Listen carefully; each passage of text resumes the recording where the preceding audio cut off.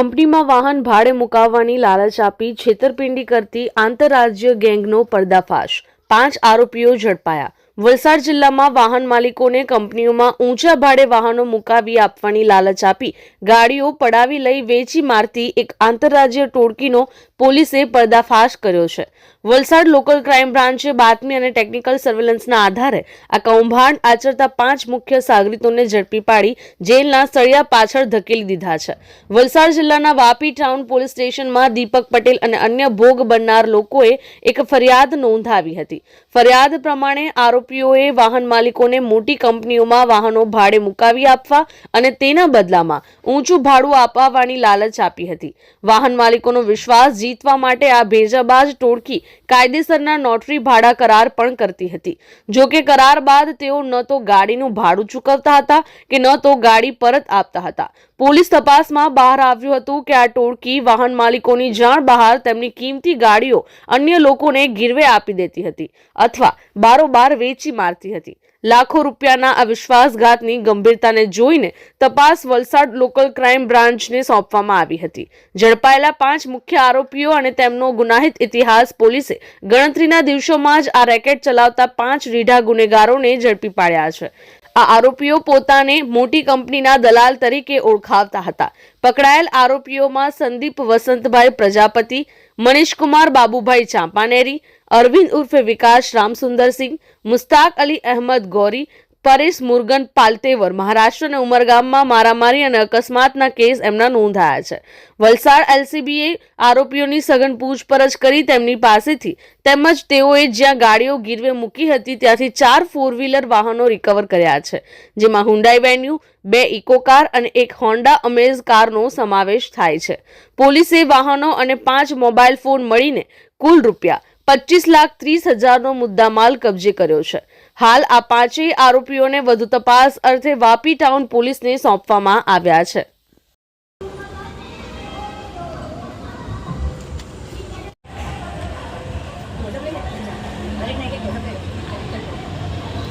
ગત 22/1 ના રોજ ફરિયાદી દીપકભાઈ પટેલ એ આવી અને ફરિયાદ આપેલી હતી વાપી ટાઉન પોલીસ સ્ટેશનની અંદર કે તેઓની ગાડી ભાડેથી લઈ અને બારોબાર અન્ય ઇસમોને ગીરવી આપી અને એમની સાથે છેતરપિંડી કરેલી છે અને તેમની સાથે આવા બીજા 6 વ્યક્તિઓની પણ ગાડીની સાથે આ રીતની છેતરપિંડી થયેલ છે તે મુજબની ફરિયાદ વાપી ટાઉનમાં આપી હતી અને એમાં આરોપી તરીકે સંદીપભાઈ, હાર્દિકભાઈ, મુસ્તાક, અરવિંદ, મનીષ અને પરેશ એમ અલગ અલગ 6 વ્યક્તિના નામ આપેલા હતા।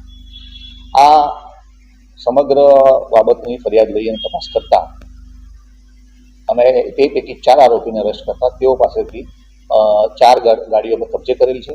સમગ્ર એમોમાં જોવામાં આવ્યું તો આ જે આરોપીઓ છે એકબીજાની મદદગારીથી પોતે અલગ અલગ કંપનીઓની અંદર ઓળખાણ ધરાવે છે અને તે અલગ અલગ મોટી કંપનીઓમાં જે ગાડીઓ ભાડે આપવા માટેની એમની પાસે વ્યવસ્થા છે એવું જણાવી અને લોકોને છેતરી અને એમની પાસેથી ગાડીઓ ભાડે મેળવતા હતા અને વાપી ટાઉનની અંદર ગોવિંદા કોમ્પ્લેક્સમાં આવેલી એક દુકાનની અંદર એની સાથે ભાડા કરાર કરતા હતા અને વિશ્વાસમાં લઈ અને અલગ અલગ ભાડું, કોઈ ગાડીને 30,000, 40,000 એમ અલગ અલગ ભાડા કરારથી ગાડી મેળવી અને આ ગાડી કોઈ કંપનીમાં ન મૂકતા બારોબાર અન્ય ઇસમોને એ ગીરવેથી ભાડે આપી દેતા હતા અને જ્યારે પાછું ભાડું ચૂકવવાનો પ્રશ્ન આવે જ્યારે મહિને ત્યારે કોઈને કોઈ બહાના આધારે એક કે બીજા બહાના આધારે ભાડું પણ ચૂકવતા નહોતા।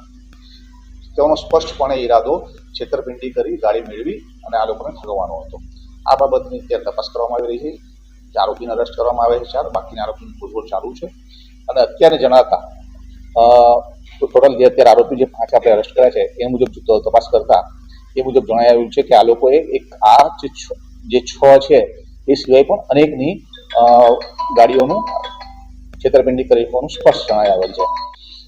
આ મામલે કેટલા આરોપીની ધરપકડ થઈ છે અને કયો મુદ્દામાલ પકડ્યો, હજી કેટલા આરોપી પકડવાના બાકી છે? આમાં કુલ જે નામજોગ 6 આરોપી વિરુદ્ધ ફરિયાદ 5 આરોપીને અરેસ્ટ કરવામાં આવેલ છે।